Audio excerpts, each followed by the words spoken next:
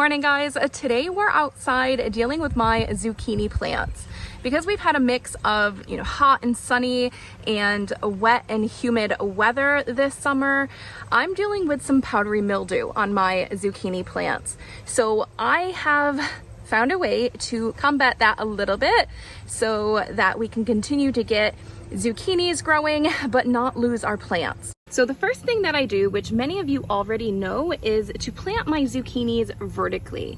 Even though that helps with the powdery mildew, it doesn't completely eradicate it. I have trimmed off many of the infected leaves, but there's still some lingering mildew. So in my spray bottle, I have 1 part milk and 2 parts water. So this is quite a small spray bottle, so it's half a cup of milk, 1 cup of water. But of course, just as long as you have the ratio correct, you can do the same with larger amounts. So I'm just going to come through and spray all of the tops of these leaves.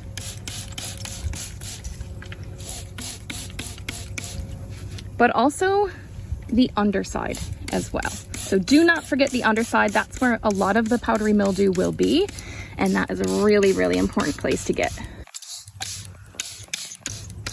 So you will have a bit of excess milk dripping, but it will leave a nice glossy coat on top of your leaves. You just want to make sure that you're doing this on a day when it's not going to rain and in the morning time, so it has a chance to kind of dry before the sun hits it too hard. The milk has something, I'll put it in the bottom of the screen, what actually helps with the fungus, but it fights the bacteria or fungus that might be living on your plants and really helps cut down on the amount of powdery mildew you'll see, so it won't spread like crazy. And by the time you come through here a week later, most of it will be gone, but you do want to spray it again. So every week, come out here on a sunny morning, spray it with your 1 to 2 milk to water mixture, and that will help combat your powdery mildew. Zucchini plants are not the only plant that you can use this on.